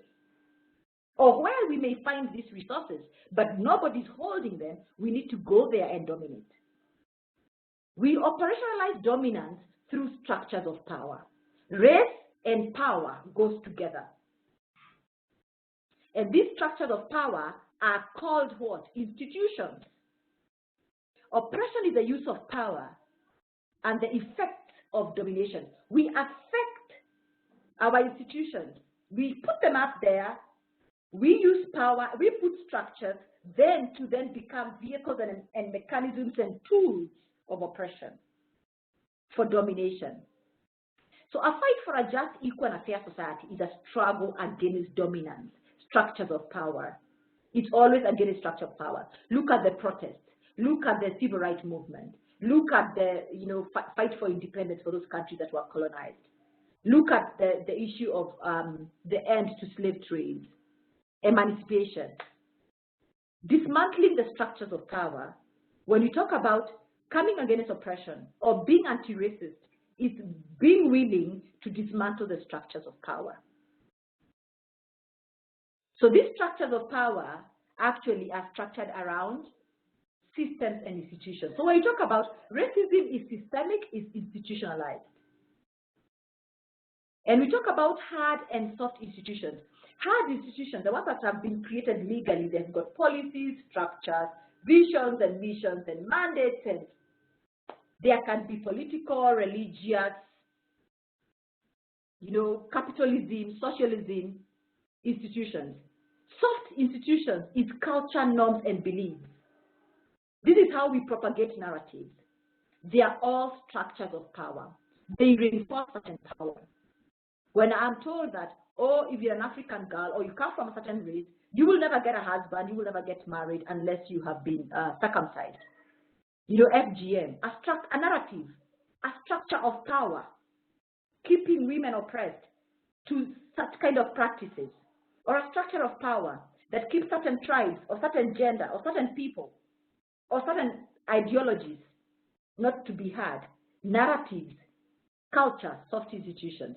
Hard institutions, legalized, recognized, anchored in policy, declarations and conventions, laws and constitutions like our countries, legislation, companies, capitalism. All these are institutions. Next. So what are the current perceptions and descriptions of race? First of all, when you look at race right now, race is like it's nested, has many layers to it. It's complex, intertwined. So, but on the outside, when you talk about race, you're talking about white people and people of color. People of color, this refers to people of African origin, Asian and Latin American descent, mixed race, indigenous people, or any individual who identifies themselves as a person of color. Because it is important to ask a person, how do you identify yourself? So white and people of color. Then we tend to call all these people non-white because predominantly you identify other people in reference to the dominant group. But these people are not non-white because that would be defining people in terms of what they are not. Well, you should define people first by who they are. And even more so, ask them, how do you identify yourself? Who do you say you are? You will find somebody who is, maybe if you look at them, they're brown, they will tell you, I'm white, or I'm mixed race, or I'm black in terms of ideology or culture, or I'm a global citizen like some of you told me. So, and others will say, I'm very, very, very white. And some of you told me, yes, I'm very, very black, or I identify myself as Asian. So race is a system created for social and political reasons. Next. What is ethnicity? Within race, there is ethnicity. There is colorism. We'll see what all these are. It's a social construct which divides individuals into smaller groups or social groups based on characteristics such as shared sense of groups, membership, values, behavioral patterns. So if you look like in Kenya, ourselves, we are about 43 or even 48 ethnic groups. I was surprised that one of your colleagues told me in Myanmar, there could be more than 100 ethnic groups, and it's categorized into 8 large groups. So ethnicity. They are based on behavioral patterns, language, even political and economic interests, history, or even ancestral geographical basis. All these are issues that play into race and ethnicity. So ethnicity introduces many layers and facets to race. That's why we now talk about racisms, because there are so many of them. And racism also can appear inter or intra within groups. So even among the white people, they've got their own, if you identify yourself as white or people of white descent, then you have the Irish that they feel they were discriminated. Even religious issues at Northern Ireland, the Welsh, the Jewish people, the Holocaust, the caste system that exists in Asia and many ethnicities there, tribalism that we see, we are becoming very tribal globally. But of course, we tend to identify tribalism more heavily within the African continent. Then there is ethnocentricity, whereby you view your own culture as superior to others. So of course, generally in the world, we've been taught to aspire to a white culture, to aspire to a white skin, That is why, I mean, all these multinationals, both big and small and even local companies, they are selling skin whitening creams to Africa. And they even sell them in Asia. You know, as an African woman, I would think, oh, now in Asia, why would you buy a skin whitening cream? Maybe in Africa we do buy, but they also do buy, aspiring to become whiter and whiter and whiter, aspiring to a white culture. Ethnocentricity view is also seeing things from one point of one's own ethnic group only, seeing from a perspective of your own, informed by your world map and glasses that are based on your ethnic group. Ethnicity. Next. So what is racism? Racism is a firm belief, or your worldview is informed by the fact that a race hierarchy exists, where at the top of the race hierarchy is white male, then white female, then other colors, Asians, Mexicans, and all, and Argentina, you know, Latino, any, you know, the color that is closer to white. Then at the bottom, you have the black skin or the black people. And after the black male, then you have the black female. You believe there is a race hierarchy that exists. And based on this hierarchy, then you should use it to place value and worth on people. That is racism. It's a belief in superiority or inferiority of one race over another. It is also the large-scale marginalization and oppression of people of color, black people, indigenous people. You will find them in America, in Canada, everywhere people have gone and settled, you will find indigenous people who are originally there, people of color. Based on socially constructed racial hierarchies that privileges white people. Racial or ethnic discrimination, this is institutional or it is individual action. Because an institution or a system could be taking an action, or an individual, myself or you, could be taking an action that favors or disadvantages another person based on their race or ethnic origin, their nationality, their continent. When you look at the International Convention on Elimination of All Racial Discrimination, how do they define racial discrimination? They're very, very explicit on it. It says, this shall mean any distinction, exclusion, restriction, or preference based on race, color, descent, national or ethnic origin, which has the purpose or effect of nullifying or impairing the recognition, enjoyment, or exercise of an equal footing of human rights and fundamental freedoms in the political, economic, social, cultural, or any other field of public life. That is racial discrimination, found in the UN document, open to everyone, very clear what it is. And there are various forms of racism, and that's why we are going to talk about racism. And when I was asking you, how does racism manifest in OCHA, all of you gave me so many different perspectives. And of course, at the end of it all, I believe this perspective will finally be shared with you. Next. So racism is, how do we differentiate racism from racial prejudice, hatred, and discrimination? So racism, this involves power to carry out systemic discriminatory practices against individuals based on their race or their color, but predominantly black people, indigenous people, people of color, through institutions in our society, through policies that we pass, through laws and structures that we create. Institutional racism, it is widely accepted that racism is by definition institutional. Institutions themselves, including OCHA, you have greater power to reward and penalize individuals. You can reward the way social goods are distributed by deciding who receives institutional benefits, who gets located where, who accepts what positions in Geneva or New York or deep field or field or in the town, family duty stations. What is isms? You know, ableism, ageism, racism, colorism, ism. It's a social phenomenon and a psychological state where prejudice is accompanied by the power to systematically enact it. So easing is usually embedded within a system. And this system, as we said, it could be a hard institution or soft institution. So you can also embed it in a narrative.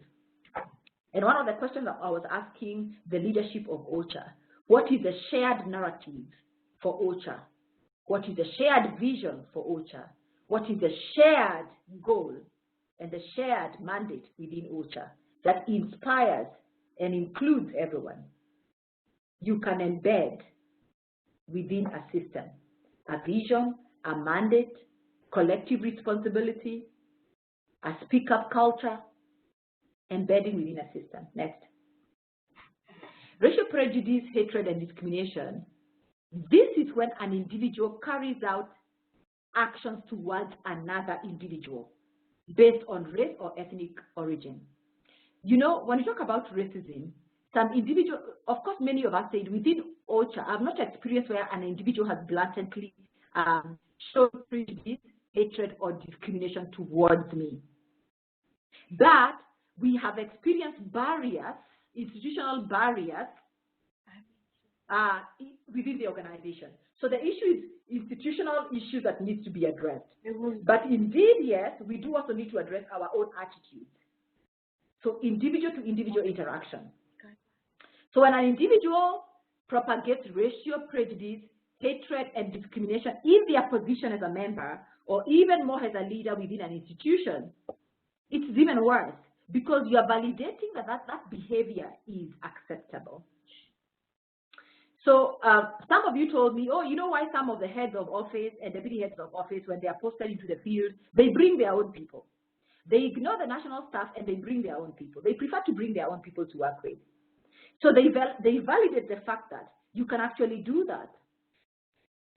You can exclude people within your team in some of the decision-making processes and then put it in a politically correct way and say this is sensitive information, it's not for everyone. Of course, yes, indeed, there will be sensitive information that should not be given to everyone because of the nature of your work. But if it is issues that then are touching on staff welfare, career progression, open issues, positions that have been available and advertised, that is things that you can collaborate across the entire office and say, how do we best develop ourselves and prepare ourselves or grow our team to be able to access these positions? So leadership can validate, reinforce good or bad behavior. And that's really then every leader, of course, all of us are called to lead. And there's leadership at every level in OCHA, all the way from the bottom up to the top. So it's every leader, you have a responsibility to watch what you are validating and what you are reinforcing. Racism is equal to oppression. And as Mark said, it is really a fundamental evil. Oppression, use of institutional power and privilege, where one person or group benefits at the expense of another. Next. So racial discrimination is any unfavorable treatment against an individual due to their race. It can also appear as colorism, where you treat individuals unfavorably based on their color. It was interesting when I was interviewing some of your colleagues, they would say, you see, I am from Latin America. So, and when I was in the UK, I was discriminated against, or in the US or in Russia, they used to find me like I'm black because I'm not as white as they are. But when I went to Africa, well, I received white privilege because I am white. In Africa, I'm white. So it is this space whereby in different places, you can be privileged or discriminated. Colorism. Very, very interesting. Next.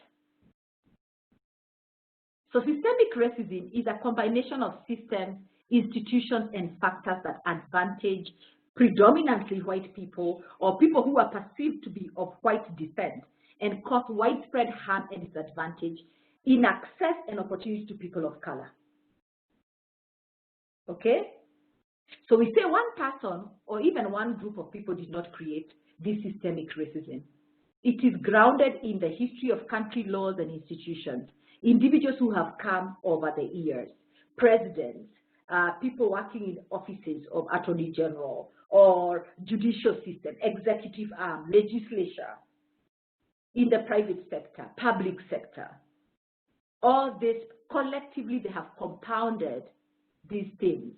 And therefore, to address institutional issues, then it's tough, but you must do it because it's now saying, let's question this policy. When you pass a policy, who is paying for it? Because a policy takes something from some people and then gives something to others. So who are the takers and who are the losers when you pass a certain policy or law or act?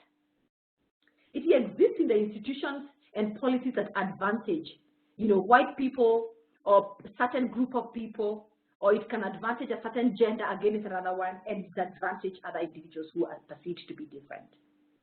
It also takes place in interpersonal communication and behavior. This is where you have things like slurs and bullying. So a colleague who is based in maybe a place like Southern Sudan and you're black, and you complain that you've had a sunburn, and they ask you, even you black people, you get sunburned. Really? Bullying, insensitivity, offensive language. You speak very good English. Where were you educated? Were you educated also in Africa or in Asia? Offensive language, ignorance, preferences, favoritism. You are of Asian descent. Why are you not good in IT or good in math? You're a white person. Why are you not speaking amazing English? All these slurs, ignorant language, offensive language, insensitivity, it's manifestation of racism, and also continues to reinforce and support inequities and systemic racism. Next. Mary, just a time check. You have under 5 minutes before the last segment. Thank you. Okay, thank you, Janet. Scientific racism and biological racism. 35% of you said race is biological, it is genetic. This is a superior pseudoscientific theory. It is error. It is a belief that empirical evidence exists that it can be supported by science to justify race and racism and racial discrimination or racial inferiority or superiority. It formed the basis for dividing humankind into biologically distinct groups, which were called racialism and race realism. It was believed that white race are born genetically superior, pseudoscientific theory, which was the basis of Nazism and Confederates. The Mussolinis, the Hitlers. Modern scientific has consensus and rejects this view as being irreconcilable with modern genetic research. So biology or science was used as a reason to create and propagate oppressive socio-economic, legal, and political structures that exist even today. It is erroneous to believe that race is determined by biology or that it is genetic. It has no scientific basis at all. Next. So what is white supremacy? We read it in the newspapers, watch it on news, CNN, and other news, local and global. What is white supremacy? It refers to the systemic marginalization or oppression of people of color based on a socially constructed racial hierarchy that we spoke about earlier that privileges people who identify as white. Race theory is about white supremacy. It refers to a social system in which white people enjoy structural advantage and privilege over other ethnic groups on both a collective and individual level, despite formal legal equality. Most of our white colleagues, when I was interviewing them within OCHA, many of them were frank enough to say, yes, I enjoy a white privilege, or I got to a place because of my white privilege. I recognize that my white color gives me some level of privilege. I think the most important thing is to identify, to acknowledge the privilege. But you cannot be shamed or blamed for having white privilege. The issue is, what do you use your privilege for? Or how do you handle and use that privilege? That is now where the burden is and where the responsibility is. Racism and white supremacy is also a political ideology that imposes and maintains socio-political, historical, and institutional domination through socio-economic and legal structures by white people. This is what it manifested itself through slave trade, imperialism, colonialism, apartheid, today new colonialism, unconscious capitalism, the unfettered greed insatiable appetites for more that actually has caused our environment to be so polluted. Cultural appropriation, all these political ideologies. Some of you told me about the colonial aid industry and how we do need to decolonize aid and how OCHA can become a credible voice in decolonization of aid. Interesting. That would be a good conversation you could have with an organization. And it provides an amazing opportunity for OCHA to become, and the humanitarian community that you coordinate, to become credible voices and vocal voices of saying, yes, we do still need humanitarian work. It is needed, deeply needed for sure. We live in a broken world that needs this work. But how can we position this work in a way it does not dehumanize or indignify those who are receiving this aid? So that's a challenge to you. Next. Privilege. What is it? It is special advantage, immunity, permission, right, or benefit granted to or enjoyed by an individual, a class of people, or a caste system. And it is exercised to exclude other people so that we can keep the privilege to ourselves, because the pie is not enough for everyone to go around. It's a scarcity mentality that there is not enough for everyone. Privilege is also an earned access to resources, social power. It can be social power, only readily available to some individuals as a result of their social group. You can come to privilege through birth or acquisition. Born white, privilege. Born male, privilege. Born in middle class, privilege. Born west or global north, not in global south, privilege. Born in a higher caste system, privilege. Born from the ethnically minority group that is holding the presidency in your country, privilege. So by birth. But also you can acquire it. You know, through you work hard, you go to the university, get a good job, education is access to better means of livelihood. So you belong to a certain social class, and because you become a CEO of a certain organization, you can access the golf club, privilege. By the way, some of you told me that New York and Geneva, and especially in Geneva, is called the country club. That's where people go to retire. Some of you that don't say that. Interesting. Again, that's a conversation you need to have in your race dialogue. Why is Geneva called the country club? And people go to retire there. Privilege. But again, the issue of privilege is not to shame or blame somebody who was born into it or acquired it through hard work. You know, the issue is to ask you, what are you doing with your privilege? Next. Classism. Prejudice, thoughts, and discriminatory action based on a difference of socioeconomic status, income, class, you know, upper class against lower class. Or even, you know, in terms of the power structures, the hierarchy within an organization, where probably you may indignify somebody because they work at a lower level within your organization.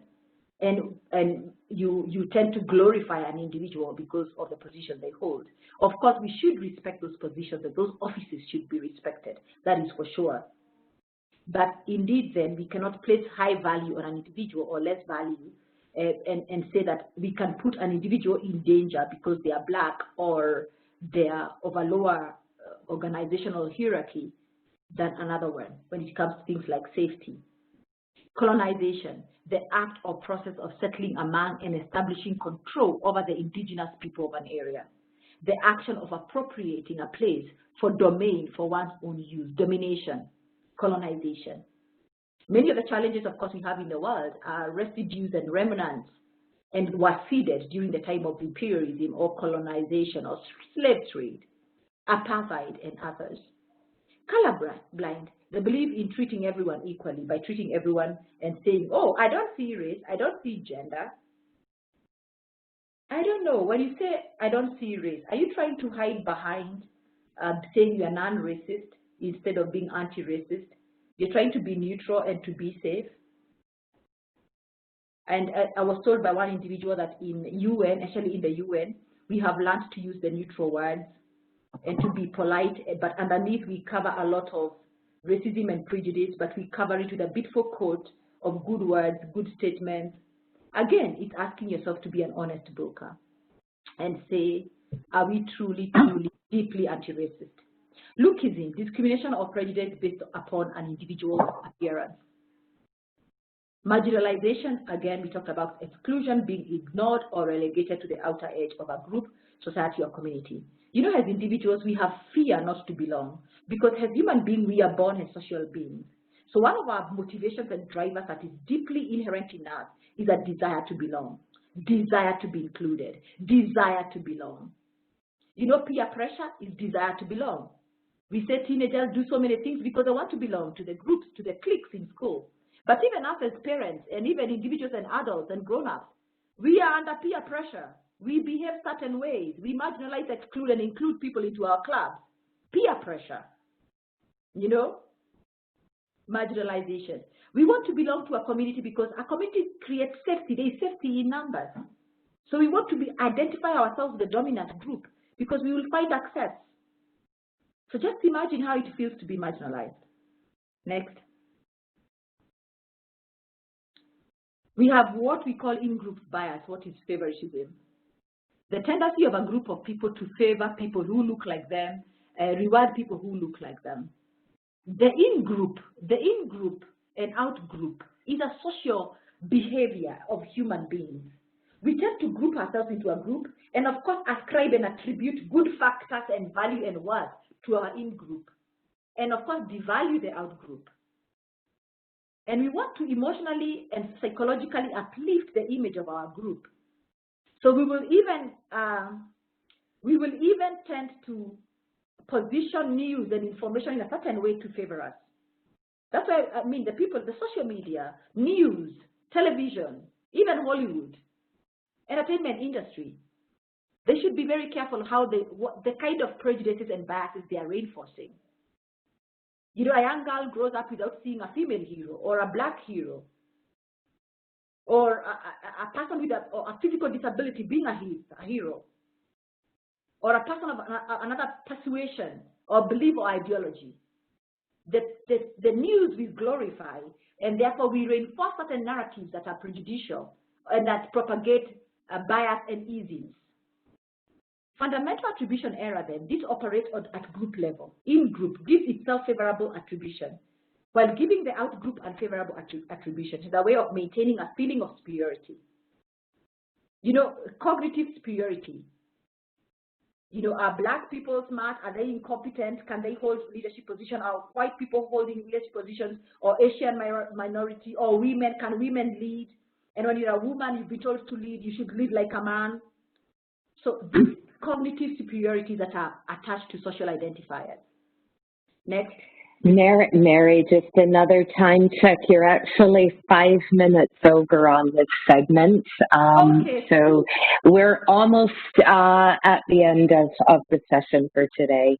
Yeah, we should be closing. Okay, quickly closing. So what is intersectionality? A very important word. The intertwining of social identities which can result in unique experiences and opportunities and barriers for an individual or a group. I said an individual is a collection of identities. It's your education, sexuality, ability, age, gender, ethnicity, culture, language, class, race, and any other identity you may add. And these identities, as I've said, they will continue to be really expand based on freedoms and choices. So when you look at the issue of race, it's difficult to look at it by itself because there is intersectionality of all things that play in, but that does not mean that you should not then at this time, highlight it, elevate it, and discuss it. Because right now, as we speak globally, race is a burning platform. It's an urgent matter. And it's an urgent for organizations like the UN that are really in a position of credibility to speak to these issues. Next. So I'm going to quickly then maybe I will go to the next slide. We've defined intersectionality. Effects of racism, we've talked about exclusion. I want to highlight the issue of emotional attacks. You know, because of the need to sometimes disassociate yourself with your identity, probably your race, your gender, you come up with coping mechanisms like concealing some of your identity, code switching. And this brings a lot of emotional burden. Because this is my identity, I'm of this race, But when I go to a space and I don't feel like I belong, and I want to belong, then I need to cover that identity so it does not, show up, so that I can easily belong. It brings an emotional tax. And you learn to internalize that form of oppression and to live with it and accept it and to act that way, so that you can be seen as a person who is easy to deal with or to work with, and therefore really amicable or pleasant. For organizations, then when you fail to leverage diversity, then you fail to leverage a great opportunity, because an organization like UN and other organizations that work across the globe, diversity is a powerful tool and a mechanism and a competitive advantage for us. Without diversity and inclusion and belonging, there's low staff morale. It is also a reputational risk for us as an organization, credibility risk. It creates what we call poor organizational health and performance. But it also affects issues to do with mental health because of this emotional tax. Next. So what can we do to address racism? I think we will go straight to our Mentimeter. Now, what can you do to address racism?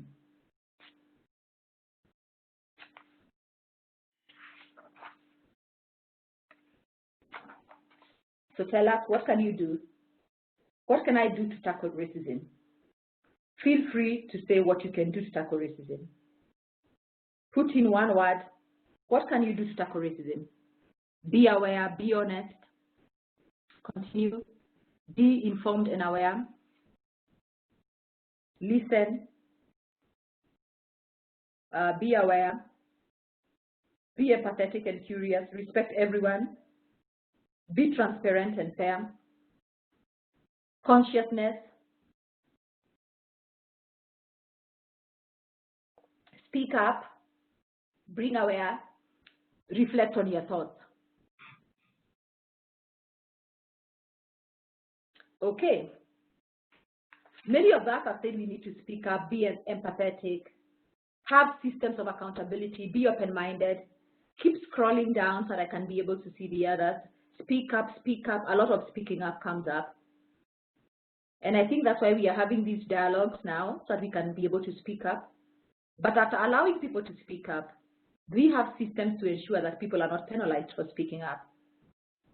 Report incidents of racism, question myself, yeah, fantastic, very good. Question yourself, awareness and sanction, yeah, emotional intelligence. Continue to keep a positive assumption towards other people, that they are coming to the table to understand. Radical empathy, upbringing, interrogate your upbringing and see how much you have internalized of these stereotypes, including internalizing oppression, such that now you feel you can do nothing. I think Desmond Tutu is the one who said that evil does not continue because evil people do evil. It's because good people do nothing. So you cannot afford to be neutral. You have to do something.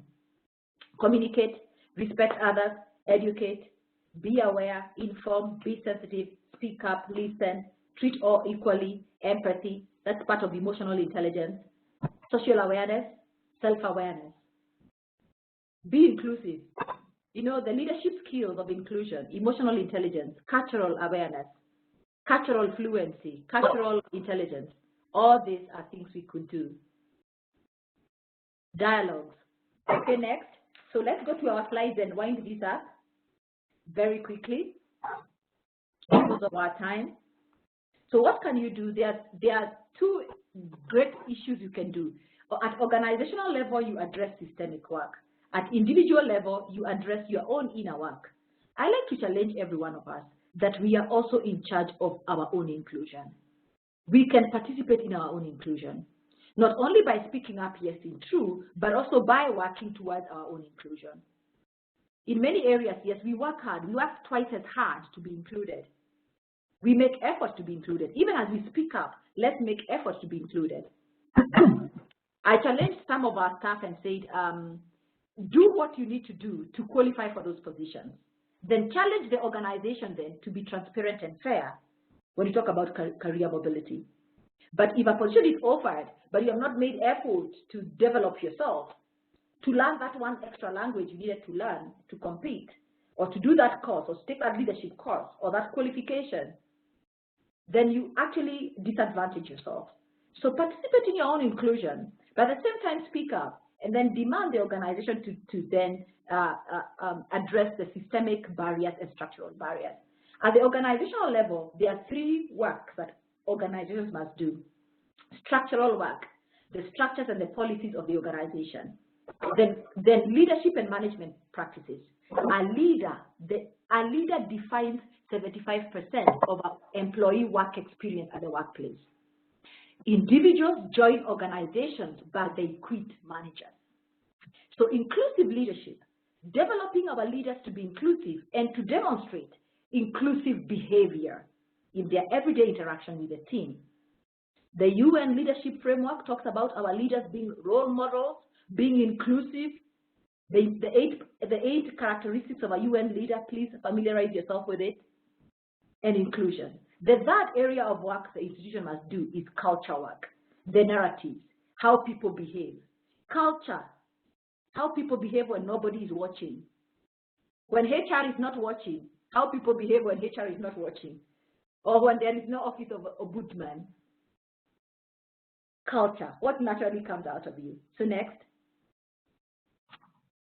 So I will just go straight by saying, as an individual, become an ally, use your privileged position to dismantle the structure that created that oppression. Be inclusive in your language. Be mindful. Slow your thinking so that your mind is not doing all these shortcuts that prioritize stereotypes. Challenge your own biases. Be open and be curious. Encourage ideas. Give voices and amplify other voices that are unheard. Because sometimes you tell people to speak up, but if you've been oppressed, you're unable to speak up. So speak on behalf of another person. Amplify their voice. Speak up. You know, the bystander, speak up. Practice bridging. Venture out of your in-groups into other groups. And play your own devil's advocate and seek out contradictory views. Aristotle is the one who said, a mind that is educated is able to hold a thought without judging it, without being for or against it. That is a mind which is educated. The ability to hold a thought or an issue there without judging it, being for or against it. So challenge yourself to do that. Next. So at community level, practice inclusion and respect. Learn about other cultures. We talk about human libraries. I encourage what I call human libraries. Tell stories to each other about your life, about your experiences. But of course, you need psychologically safe spaces to be vulnerable and to share your story, believing that your story will not be used against you. So organizations are practicing what we call human libraries. And people just, you come together in a town hall. Now we don't have physical meetings, but when you have physical meetings, you walk around and listen to stories and tell stories about a certain subject and your experiences. And you experience what we call human libraries. Next. So we are going to end. I talked about safe spaces, having dialogue. That's our next level, and I think Ruth mentioned about this too. It's a safe place where we come in a respectful way with positive assumption and wanting to seek greater understanding. It is not for me to convince you or to win an argument. I just want to know more about you and more about your experiences, your culture, and how you view race, and how you have experienced it. And hopefully that you also get to understand me, and we collectively become better human beings. Next. So when somebody asked who is an ally in our last session, this is an advocate for people from underrepresented or marginalized groups. An ally takes and uses their privileged position to take action towards equality and equity. And you help to reduce and minimize emotional attacks that is on other people. Next. So I will leave you with these words of Dalai Lama.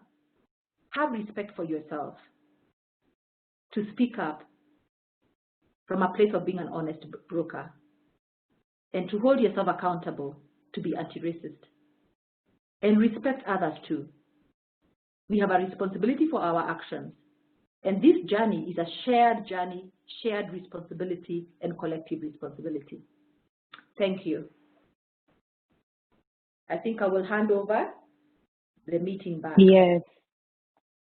Thank you so much, Mary. We've come to the end of the session, and I'm very pleased to welcome Manado Wind Anderson. Executive Officer, who will share some closing remarks. Manada, over to you. Thank you. Thank you, Jeanette. Can you tell me if everybody can hear me? It's perfect, Manada. Okay, thank you so much. Thank you, Mary, for this excellent session and excellent work you are doing with us in OCHA for this very, very important subject and close to our heart. Good morning and good afternoon, colleagues. Thank you for making the time to participate in this webinar, which is the third event we are holding as part of the wider ongoing OCHA dialogue on racism.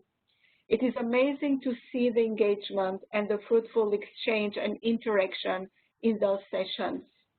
Similar to the last webinars, the goal of today's webinar is to understand what racism is and how it manifests and other prejudices that impact our workplace. What is conscious and unconscious bias? This learning will help us to reflect the use this knowledge to become a better human, a better neighbor, a better colleague, and better teams.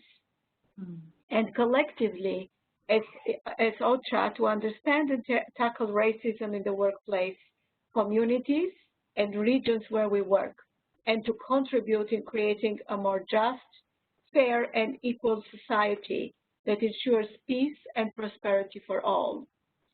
As Mary has emphasized, these principles are enshrined in the UN Charter, the Universal Declaration of Human Rights, and are the foundation of international human rights law. These principles and values also govern our work in OCHA. This is the beginning of our journey to change our culture to one that is anti-racist and inclusive, and to stamp out the conscious and unconscious biases that may take place. As any internal process and self-reflections, these processes require time. This webinar will be followed by other experts and speakers that we shall be inviting regularly to speak to us about different topics related to racism, diversity, and inclusion, and to share their experiences and perspectives.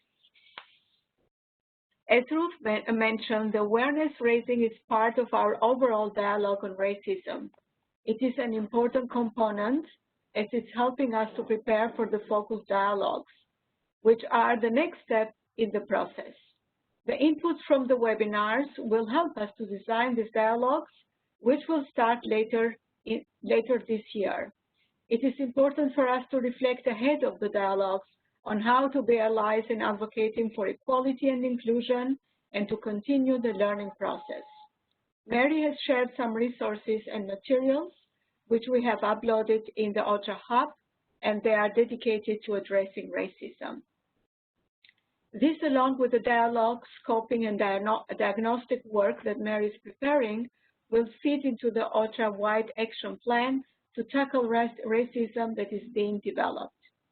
I would like to thank Mary Wesake-Moya for her time and for her excellent work with those sessions in helping us in preparing the action plan to tackle racism in OCHA. And I would also like to thank the LDU colleagues for making this happen, organizing and coordinating these very, very important sessions. Thank you for taking the time to learn and join this session today. Over to you, Jeanette. Thank you. Thank you so much, Manada. And colleagues, if you can stay with us for 1 or 2 more minutes, it's really important that we have your feedback. We'd like to run a little poll. So Alfred is bringing that up, and we also acknowledge the feedback in the chat. Thank you so much, colleagues, and also for those of you who gave recommended references. We will be sharing those with everyone, and please make any other comments, questions, and provide any references that can help us grow in this area and really take action to shape OCHA in the way that it should be.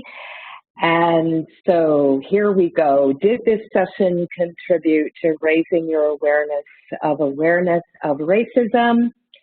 And the responses are coming in. We see a majority who are agreeing that yes, indeed, the session has raised their awareness. We see a much smaller group who are indicating to some extent the awareness has been raised, and a small group who are indicating a little. So colleagues, please just take a minute and respond to this poll. Your feedback is important. And thank you so much for joining us today. And we look forward to more opportunities as we move through the OCHA dialogue on racism over the next month.